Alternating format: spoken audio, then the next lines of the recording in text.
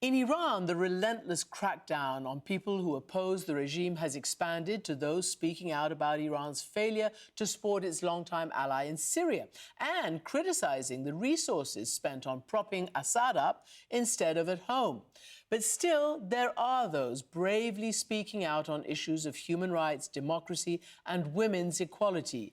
Narges Mohammadi, the Nobel Peace Prize laureate, who has now been in prison for the better part of the last 20 years. The state has accused her of acting against national security, but she has continued to be a voice for freedom and democracy at great personal risk and sacrifice. And now, in a world-exclusive interview, she's made the extraordinary decision to speak to us with her message for the world. And she's doing so while out on a temporary release from prison on medical grounds, and she's due to be sent back there soon. Narges Mohammadi joined me from her home for this conversation. Narges Mohammadi, welcome to the program. Thank you very much. How are you feeling? You were released from prison for about 3 weeks in order to recover from an operation. How are you feeling? When I was leaving prison, since I was leaving behind my inmates and I'd been given release, I was feeling very sad. I had a heavy heart, and I thought I was leaving behind a part of me, even though it was just for a few days. But the moment they let me in the ambulance and I saw the streets, I felt liberated, and I felt I could see a woman who was crossing the road without a headscarf, and they recognized me and they greeted me, and I started chanting woman, life, freedom.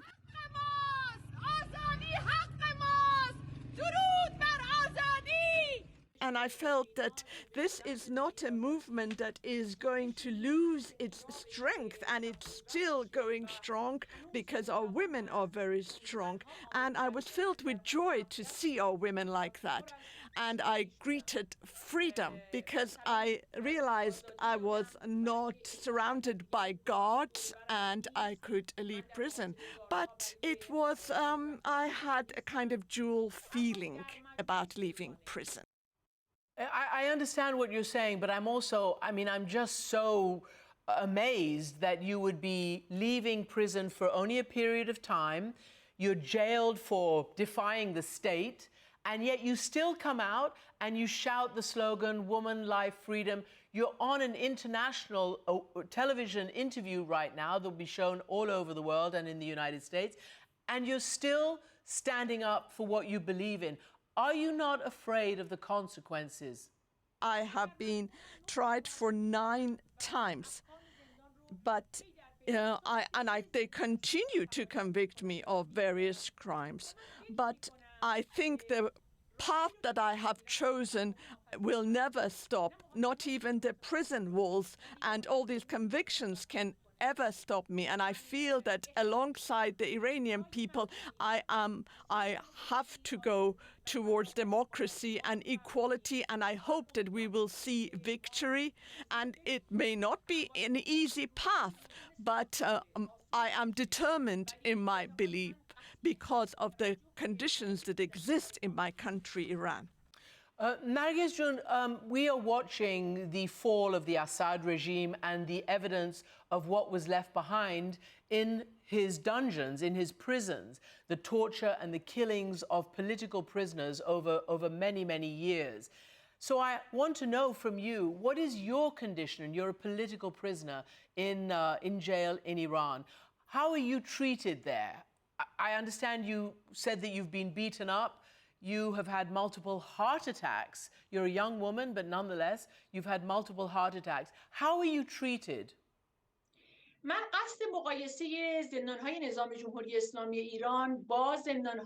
I do not want to compare the prisons of the Islamic Republic of Iran with those of the Assad regime, because Assad has been toppled. And now the dungeons have been opened and people have seen how the situation was. Whereas the prisons in Iran, Kurdistan, Sistan, Baluchistan, Khuzestan, the doors are still locked and we have no information about what is happening there. So I can speak about my experiences in Zanjan and Karchak prison, the experience we had in the IRGC cells, in the security cells, and in solitary confinement. They are very, very tragic experiences. There have been prisoners who've been isolated from everyone. They have been in solitary confinement. They have been isolated from society, and they're even unaware of their own case files. There are people who have been in solitary confinement for a long time. As a result, they have suffered from physical ailments and are still suffering. And there are some who have actually died in solitary confinement, and nobody knows what's happened and what happened to their case files. There are many such files. There are not just a few. So we've been witnessing very disconcerting situations. Perhaps once they open prison doors in Iran, we will see much more. And you specifically, have you been physically abused? Your lawyer said that you've been beaten up or badly beaten.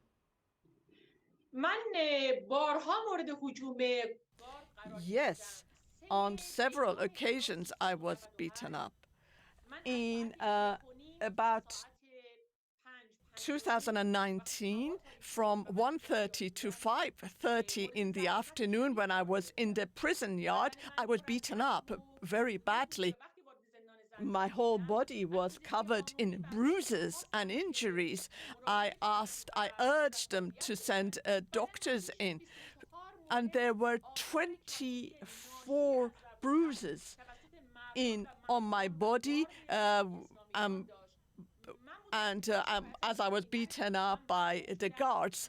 But unfortunately, my complaints fell on deaf ears, and I was convicted again. I was sent back to Evin prison, where recently, too, we campaigned against the death penalty, and we started chanting slogans because they'd carried out a death penalty. And we managed to make our way to the prison yard. And it was then that the male prison guards came and stood there. And once we started chanting loudly, they started hitting me on the chest, whereas I was supposed to go for an angiography. And my arteries were blocked, yet they were beating me on my chest. So that was nothing accidental. It was deliberate on their part.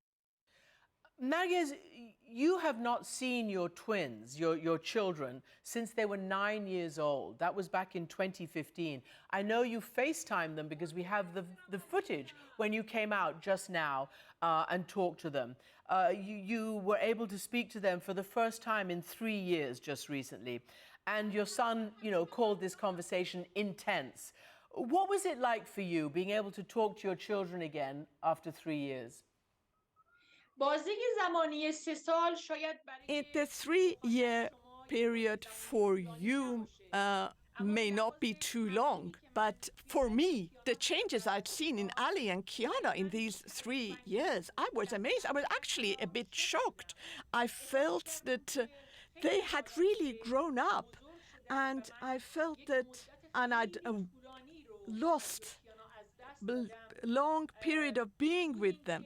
Because when I left Iran, they were 8.5 years old, and I remember I hugged them, Ali and Kiana, and we sang Morghe Sahar, which is a revolutionary song, together, and that was 10 years ago. But 3 years ago, when I was on temporary release for a year, I felt there was a gap that had appeared in our relationship, and I felt that they probably felt the same, but I could see the change in them.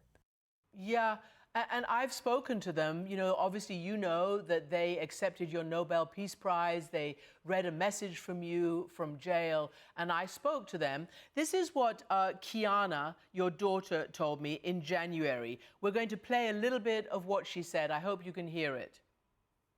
Obviously, with the little day-to-day things, I would have really liked my mother to be here, to show me how to put on makeup, teenager things like that. So it is hard to live without her, because nothing replaces the presence of your mother.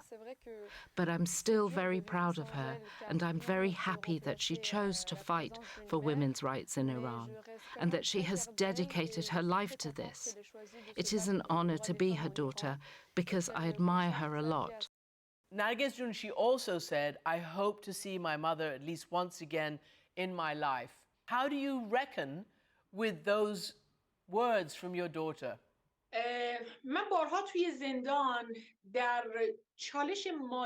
On many occasions when I was in prison, I felt the challenge of motherhood versus being a human rights activist. I endured many hard times thinking about Ali and Kiana, and now that I listen to what Kiana said, I picture them. There was a time when neither myself nor their father were present in their lives, and when they were leaving Iran on their own, and when they lived in France and they were going to school, and when they reached puberty, and the experiences they had when they needed me as a mother, but they didn't have that. I don't know whether they will forgive me or not. Of course, when I spoke to them, they said, oh, we are proud of you and we support you. But the truth of the matter is, I feel that these children have bottled up so much and they have endured so much hardship, and maybe words cannot express or make up for this loss. And I am really, I am in two minds. I don't know when they say, we forgive you, whether they will ever forgive me, or will they ever, forever have all this hardship in them. But I hope that one day I will meet them in person. I will be able to explain to them that in Iran we lived in such predicament that we had no other choice, and we had to choose this path in order to achieve freedom and democracy. It's a huge, huge sacrifice that you and your family are making. How is your mental health, your spirits? Because you're going back to prison. You've got a 3-week furlough for recovery from this operation. And obviously, you, your lawyer, your supporters want you to have much, much longer out. But how do you cope in prison? You and the other women who are separated from children, husbands, family.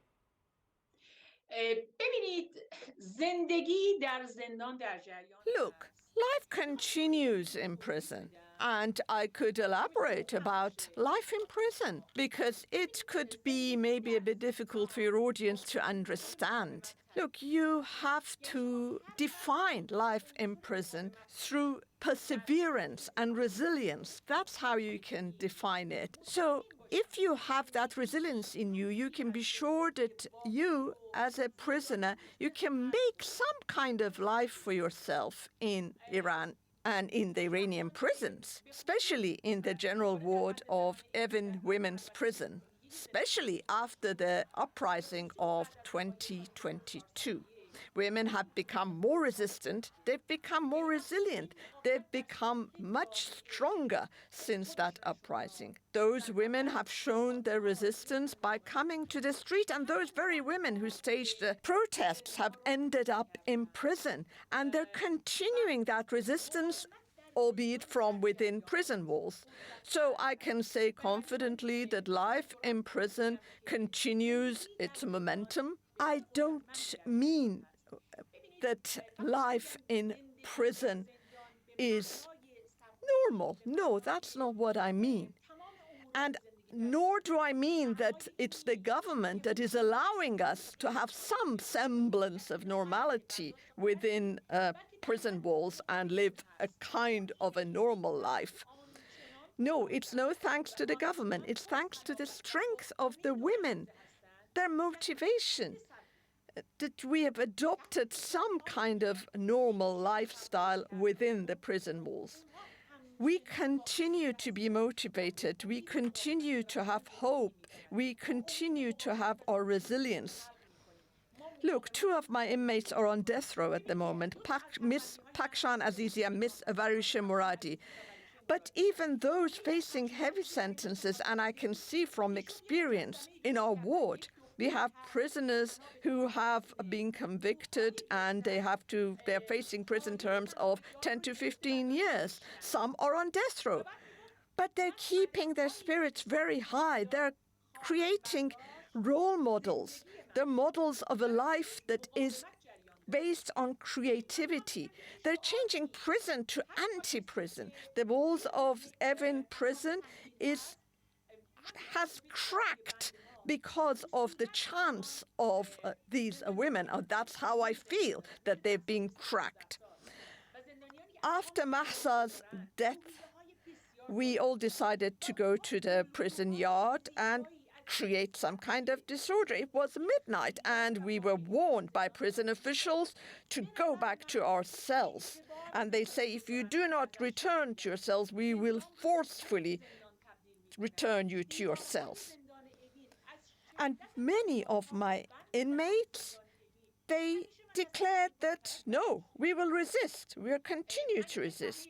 That's what I want to say, that be I inside prison or outside prison, and I'm speaking for myself and my inmates, we will not stop resistance until we attain democracy. We will continue this life. Those are really strong words. They're fighting words. And I want to end by reading what you sent out of prison for your kids to read at the Nobel ceremony last year. You wrote, in part, I write this message from behind the high, cold walls of a prison. The Iranian people, with perseverance, will overcome repression and authoritarianism. I know you still believe this because you just said it. Do you think you will be released from prison? من خیلی به این موضوع فکر نمی‌کنم. I don't think about that very much. Whether I am inside Evin or outside Evin, my goal is very clear. And until we achieve democracy, we're not going to stop. We want freedom and we want equality. And I know we will achieve that. And so, whichever side of the wall I am, I will continue my struggle. Narges, what do you think the authorities will do to you after this interview? من نگران عواقب این مصاحبه نیستم. برای اینکه I am not at all worried about the consequences of this interview, because in the past year, especially after being awarded the Nobel Peace Prize, they actually increased the hardship against me in prison.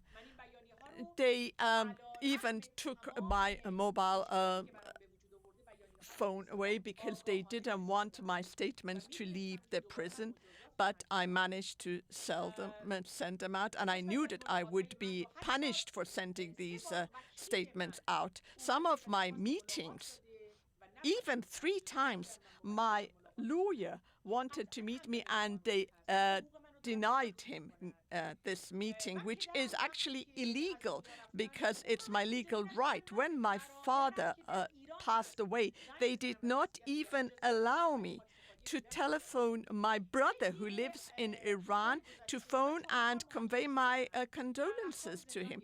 In the past 2 years, I have been tried for 4 times, and I have been given prison terms. I have passed through all these stages, all these phases, and whatever punishment they impose on me, it makes no difference because I have my beliefs. I am standing firm and I am chanting against death penalty. I'm against gender apartheid, against the policies of the Islamic Republic of Iran. I am a pacifist. I am a woman who wants to realize women's rights in Iran. So I think this is exactly where I should be. And Narges, one final question. You're writing a memoir, is that right? What do you want to send to the world in your book? ببینید در واقع این خاطرات یک فرد Look, this is not the memoirs of an individual. I have tried to illustrate the changes and developments that have been taking place in Iranian society and what the Iranian society has witnessed, especially with regards to women. My memoir is an attempt by me to show what has been happening in Iran in the past decades. The women have been the ones who've been subjected to the most repression in the country. They have resisted, nevertheless, but this resistance was not only to the government, but it's also been a resistance to the age-old traditions that exist in countries including Iran, countries in the Middle East in general. And these women have paid a substantial price for that. It has been a resistance accompanied by hope for a bright future. The women have been trying to keep the flames of this hope alive, at least in their hearts, even if they've been unable to express it. This is an attempt to show how the sparks of activism for human rights has managed to overcome the suppression and spread the hope in society. That is what I've been trying to illustrate. And it's my attempt to show that this is the struggles of a nation. Look, the reality is that we are people, we are women who are doing our utmost to achieve democracy, freedom, equality. When you look at this history of the struggles of the Iranian people, you can see that the system of the Islamic Republic of Iran has no capacity for equality, democracy, and freedom. And based on the experience of our people, this regime cannot be reformed. So I think that we have reached a position where we need a transition from the autocratic theocracy of the Islamic Republic. But for this transition, there are conditions. And in my opinion, non-violence is imperative in this transition. It is one of the important components. Our goal is to achieve democracy and a secular government.